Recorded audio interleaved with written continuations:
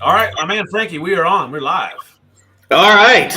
Welcome back, guys. We are doing another SEO weekly jam. We've got some of the brightest minds. Part of what I wanted to bring on these two fine gentlemen here, Lane Houk, founder of Quantum Agency and Signal Genesis, and Seth Price, Blue Shark Digital, old dear friend of mine. You guys collectively have not just ranked one or two websites, like we're talking hundreds and hundreds and hundreds of websites, maybe even into the thousands, Yeah. have been doing this for decades. And the ideas we're about to kind of present forth are battle tested to the extreme, right? Like when you guys say like, hey, this is what's working for us, it's not like, I've seen a lot of the SEO stuff that's theory where, one guru spreads an idea, then other people kind of parrot it and everybody kind of takes it as gospel, but you guys actually have to do it in practice, which is a totally different ballgame. So firstly, my man, Seth, thanks for coming on and being a special guest this week. Yeah, awesome to have you here, Seth. Yeah, it's good to be here. That's the beauty of the interwebs. We get to see people at all points of the country and planet. Yeah. Hey, Seth, for those who don't know who you are, why don't you give us a quick overview of who you are, what you do? Sure. So I met Frankie years ago. I was in the legal space. For better or for worse, went to law school, started building a law firm, and it caught fire primarily through digital. So I'm now 45 lawyer law firm that services consumer-facing law. And I got so into the digital side, that's how I was growing it, that I spun Blue Shark Digital out of the law firm about 8 years ago. And we now represent about 250 law firms nationwide. SEO first, but LSAs, PPC, and whatever else is needed to get people business. And I got to meet you, Lane, through the agency world. So, Yep. It's like you sort of figure out how to run a law firm, but then you're like the accidental agency owner and you got to figure out how to run an agency. So there's always a new challenge. Yeah, that's right. That's right. Well, awesome. Thanks for joining us today. We've been talking about the helpful content system. And for those of you who may not have heard of Seth before, Seth runs a huge agency and they do a phenomenal job at SEO for law firms and attorneys. Very well known in the space, big agency. And Frankie and I were talking about, we thought, hey, let's just have Seth on and talk a little bit about SEO, because that's what we do every week. We jam around SEO. So Seth, we've been talking about the helpful content system. What's been working for you guys around SEO and maybe even more specifically around helpful content system? So looking at, the state of search, so to speak, right? And in one sense, the more things change, the more they stay the same. High quality content, authoritative links. Sounds very basic and boring, but the older that I get, the more that has held firm. And that for the people that sort of took shortcuts, and there are a lot of reasons to take shortcuts based on budget and positioning and type of place you're doing. So legal, we don't really get that luxury generally. Right.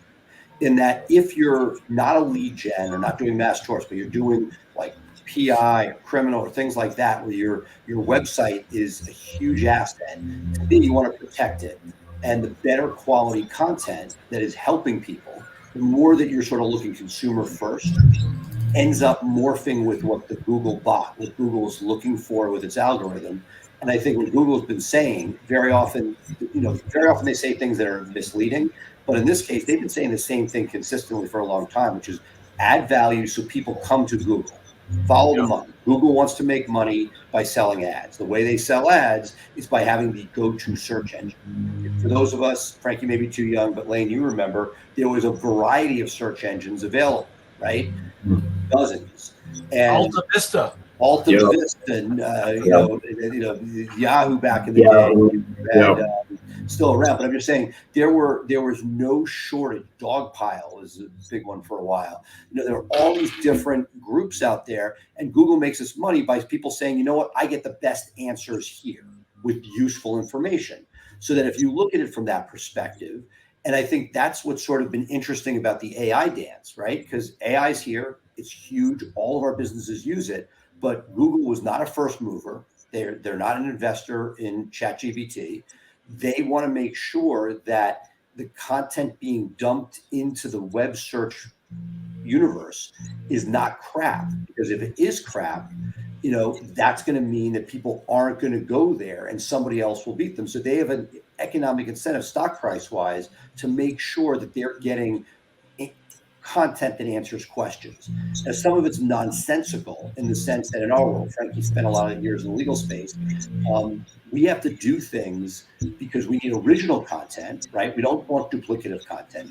But when the law is the same across a state, or in some cases across a country, but you want to rank across that state or country, you have a variety of pages that have essentially the same law, but can't be the same page to page. Right. And so you basically have this dance. This is the inherent dance that we have specifically in higher end legal clients, but it's not. It's true for everybody, which is you want to provide content. If you're doing lawn care, the information in Albuquerque may be the same stuff as you have in Phoenix, but you can't just say, here's an amazing page on lawn care. You have to somehow localize it if you want to rank for each of those geos. So I think that putting thought into how to create content that is both original, but also adding value to that location, that's been the difference. And in legal, we have the advantage that you have at least people who are lawyers in the jurisdiction that can, emanate things out of their mind. There are places where we actually transcribe for lawyers to get that information, but that the thought that we're just going to push a couple prompts on ChatGPT, our clients are yelling for it. But for the most part, we see it as extremely dangerous because if third-party tools are detecting what's ChatGPT, Right. clearly Google knows what's ChatGPT. Yeah. Can I just go ahead, Frankie? I was just going to say on that, firstly, I got a few grays in my beard over there, Seth, and I was an Alta Vista user, and I even started my SEO journey when Yahoo was still relevant. You're just a baby face. I got a few more than you, Frankie. I got a few more. But in all seriousness, I would love to just kind of pick your brain a little bit because I understand, kind of that challenge in our SEO agency is always, having new ways to come up with unique content. I'd love to hear your thoughts on doing that at scale, like being helpful. Because it's not like, back in my day, like I probably wrote 10,000 breast implant articles. And it was always the challenge of like, how do you say something new and exciting and still be valuable to the user after you've already said this 9,000 times? Right. And make it unique, because every page of content has to be unique in order for it to be valuable. So right. And I think that's where AI is going to be interesting, right? And that's the place that I'm sort of have a ton of beta tests going on. What can you do with intros, outros? Because if you have to write a letter, if I have to write a thank you letter after this, podcast or video podcast, and ChatGPT does an amazing job on it, better than I could write myself, thanking you for taking the time and including me in your project, et cetera, right? But when you're writing 100 pages, a lot of the stuff, which sounds great, if I had to send you 100 thank you notes, it starts to seem very, very similar. It's not, and so that's, I think, part of the sort of, we love the results that you get on the one-off, but at scale. So look, I wish to me, it's the bane of my existence. Every HR issue I've ever had has come out of the content department. Our content writers are specifically contract writers because we have editors that are full-time paid, but we've had such an issue, and there are people who are great and that they do it for personal reasons. They may be mom lifestyle or retired lifestyle, lawyers who are trying to do something on the side, what have you. But it's basically figuring out how to get people that can write. We've not, for our clients, we've always stayed US only for writing, and then figure out how to scale that, which is the hiring, training, management, editing. It's not for the faint of heart, which is why the legal SEO space gets so expensive. And that I see, as I look at like the home services space, where there's some amazing players there, it's generally not based on budget, a content first play, where it maybe start with paid, get some traffic through there. You're going to do some local link building, and things that are cost effective and leverage content. I think it's not until you get to sort of the super competitive levels of some medical, legal, or and potentially other areas that you have the resources to put into that high quality content. And so that I think that when budgets are limited, and Lane, you and I talked about this offline with a number of colleagues at a seminar in Florida, you're basically, when budgets are limited, you have to sort of work with a different set of parameters. The budget is always limited at some level, but there's certain points where you're sort of the numbers are such that you can't, truly put out the amount of high quality content I would want for SEO as an SEO, guru person, but that you need to deliver results. And I think it's figuring out what amount of resources you have and where you're going to allocate it. And that while I'd love to say content, high quality content's the answer for everybody, there are going to be situations and budgets that just don't allow for as much. And it's using it strategically so that you may not have pages for every, county or municipality for somebody, but that you can still, through local, for example, make that up with service areas in markets that will allow for that. And so knowing what you sort of seeing what firepower you're going to be given and using that strategically, I think is the key. A couple of I would say just some tips, strategies that we use inside of our content workflows at Quantum Agency. Number one, we like what Seth said. We do not use ChatGPT to write content or to generate content. We use ChatGPT to customize content to the brand name. So if we've already got a great article that was created, we use ZimWriter primarily for our actual content generation. We have one or two other tools that we use that assist the writer in generating the original piece of content. And then it goes through several stages of tweaking and customizations, including the use of ChatGPT. We do not use ChatGPT to generate the content originally, right? So that's important, and I think you probably all know why. If you don't, it's because ChatGPT is getting content from other places. It's basically rehashed content from other data sources already. Yeah. So that's one thing. Number two, Seth alluded to it, but you need to be answering questions in your content. If it's going to be helpful, it needs to be answering the big questions and or even sometimes the unasked questions. And so use ChatGPT or other AI tools to help you generate or figure out what are the questions your audiences are asking, and or sometimes what are the questions that haven't been asked yet. That will really get attention from the bot, from out the algorithm, right? If you're introducing questions into your content that are helpful, but especially questions that are kind of related but haven't been asked yet. So use AI to figure out what are those questions and to come up with new questions. And then the third thing would be you really have to have EAT in mind around all of your content strategy and generation. Experience, expertise, authority, and trust. And so EAT, you have to be demonstrating EAT within the content itself. And so I would be mentioning the word experience directly several times in my articles, right? That word experience lines up with EAT, okay? But then obviously using the word experience, what can we do in the content to generate or to demonstrate experience? We can talk about licenses that the company or the owners have. If you're in legal, you have licenses. Talk about the licenses. Talk about the CLEs that they have just completed. There's continuing legal education. That's experience. You can talk about case studies. Those are really good experience that demonstrate to the bot, hey, this law firm or this plumbing company or this roofing company has specific experiences within their industry. And so you need to write about those experiences, use the word experience, and even potentially link out to third-party license sites, link out to reviews that have been left about the company, because that demonstrates experience that a consumer had with your company. So look for ways to integrate EAT directly into your content as part of the overall helpful content system or strategy. I just had an idea that is a succinct and excellent explanation, as I've heard in recent years, on like how to attack EAT.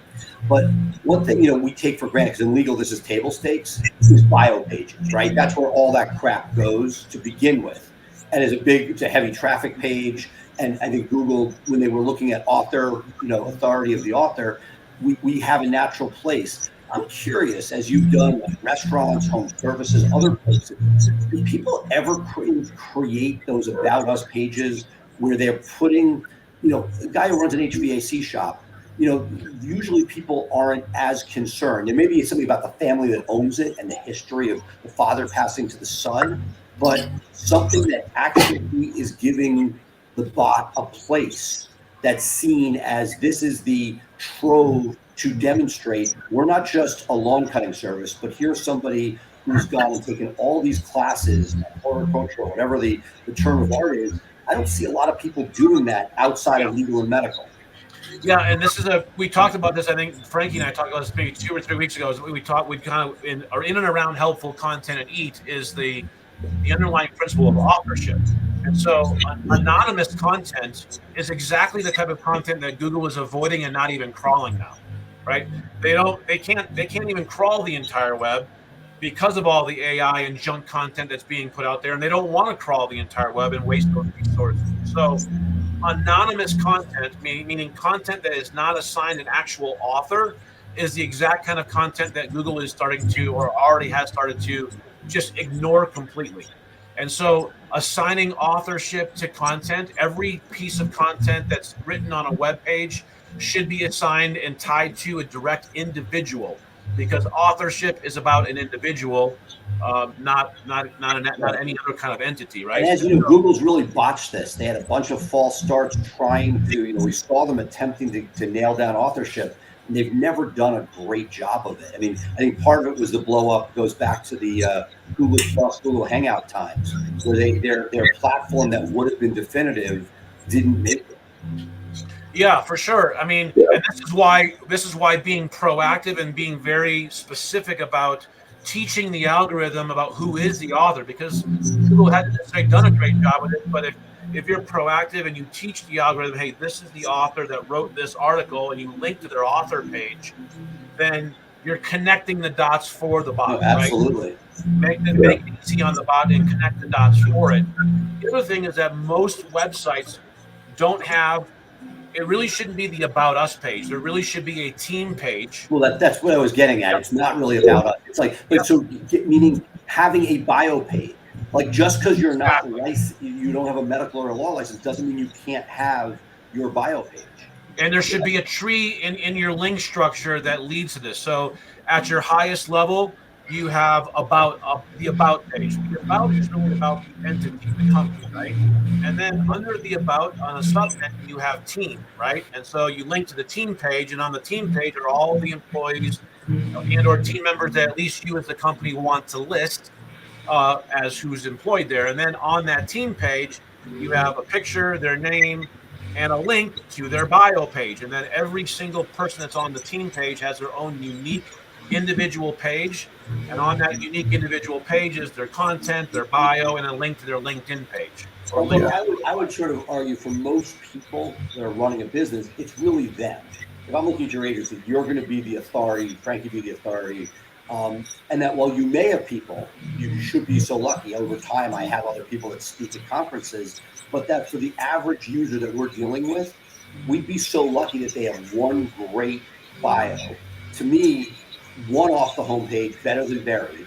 Like, have it about us, but here, if you really want to be saying, hey, Google, this is who's writing this, with all the stuff you're talking about, with LinkedIn, with all these things, don't make them guess. And also, your employees likely don't have the same authority you do. If somehow you can tie the authority, again, you're the lawn guy. If you can get whatever you can do to build your gravitas and show Google this site is about me, I don't know if you have to go that much further. Do you really care about? I mean, there are different ways to do it. There's not like a wrong answer. But as you're saying this to me, it's like I would almost go all in with whoever has the most juice and not try to sort of make it a potpourri. Yeah. The only thing that offsets that, Seth, is that Google actually looks for. They also establish authority based on number of employees. That's why sites like Indeed have blown up, right? Because there's ways to track how many employees are at a company, and so there is a certain level of authority that's given to companies that are larger versus companies that are smaller. And one of the ways that we can communicate, we're a larger firm, and you're right. The average lawn maintenance company is not going to have 20 employees on their team page, right? Like, every landscaper and lawn cutter is not going to have their picture in their bio.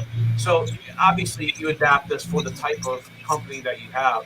but there is an argument to be made to at least add other team members. Oh, I get it, and like Yeah. I think it's like that's where AI could come in. You could literally Sure. have your whole team photographed and show it, but from an authority point of view, it's going to be very hard to get those line workers, and that you're sort of going all in. I'll share the story. I don't know how much time we have left, but with Frankie and you, You've got about 5 minutes. in real life, right? So this is not, what Lane is talking about is not hypothetical. We have a client in a competitive market that came to us. They have a new CMO, and that person wanted us to basically put a restaurant directory, a hotel directory on their site. And back in the day, you might get some traffic for it, might get some traction, but our team sort of was a timeout. If you're looking at are we adding any value, or are you just literally dumping stuff there? Now, if you said, here's our team's favorite places to eat, and you added value, all of a sudden, I think it changes the game. Yeah. You can somehow take this from another shitty directory that's taking up space to, look at the Michelin guide, right? Michelin, they wanted people driving, they created a restaurant guide. If you can somehow become the local go-to, great, but put some effort into the thought of, it's not just a data dump, but here's the value add for the user. Well, here's the point Seth's making. We talked about this 2 weeks ago again, Frankie, is that content that is written for SEO purposes is easily defined by the bot. Like the bot is reading the content, and when we can read the content. When we read a blog article, and you know that art writer really wrote it for this keyword focus, and you can see that keyword being here and there, and even sometimes forced into that sentence or that phrase.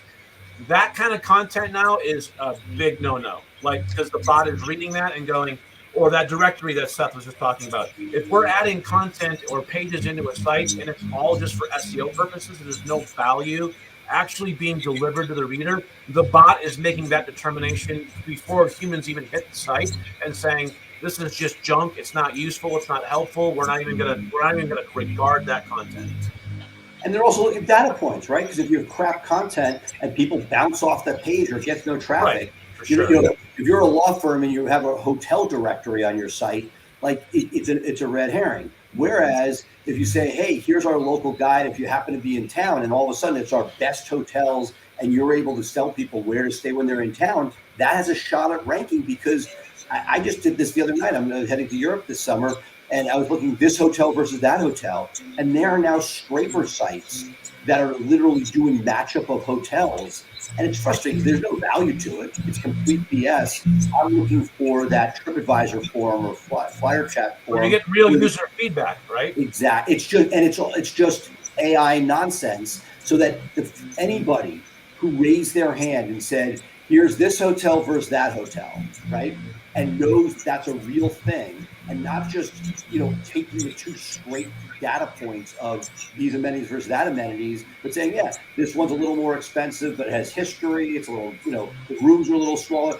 Anybody who can give a little bit of value, there's a demand for it. And I'm sure Google can tell I'm spending time on those sites, and the ones that were straight, I'm like, this is nonsense, and I bounced right away. Yeah. I'm glad you guys went down this rabbit hole, because I understand the appeal of AI to everybody. It's like you click a button, you get a whole piece of content. And so, as a side effect of this has flooded the internet. But as you guys are, obviously seeing through your experience, it's not that easy just to click a button and type in your magic prompt in ChatGPT, and all of a sudden you get top rankings for everything. But as and even if you do, they won't stick. It's part of the formula, and we're all scrambling to figure out how we can use it effectively without dumping crap on the public. Yeah. Which, in short, you got to have a multi-step workflow. It's not just like Frankie said, not just clicking a button and then we copy and paste and off we go. We have multiple steps in our writing workflow that leverages AI tools, but is being driven and quarterbacked by the human writer. And then it's going through an editing and a QA process as well to make sure our writers are held in check and accountable to not just clicking a button going, here's our article, right? So we got to have those processes in place. It should be a multi-step workflow, and definitely do not use ChatGPT to be the generator of your original content. And look, the easiest way to do that is we have clients. They say, we want to do our own writing, and they hand it to us. We run it through one of the 2 or 3 programs. It's 90% AI. Now we know, we're humble enough to know it's not perfect. Declaration of Independence came up as AI. So, you just never know. But that said, it's pretty good at this point. And if it's pretty good commercially, imagine what Google's seeing. Sure. So just massage it, put factors and signals into your content, look at making helpful, answer questions, look for answering even unasked questions that your audience hasn't asked yet but should be asking. Those are the hallmarks of great helpful content, and that's what's going to help you rank your contents or your clients' content on their web pages. Yeah. Seth, I got a gentleman. So I'll see you guys later. I appreciate you guys coming on here and doing this, but you guys can continue without me. No, we're Frankie's not here. I can't hang out. We're out, Frankie. Thanks a lot for joining us today, buddy. No, it's great seeing you guys, and hope to catch up soon. See you guys. Do well. See you guys next week. Take care.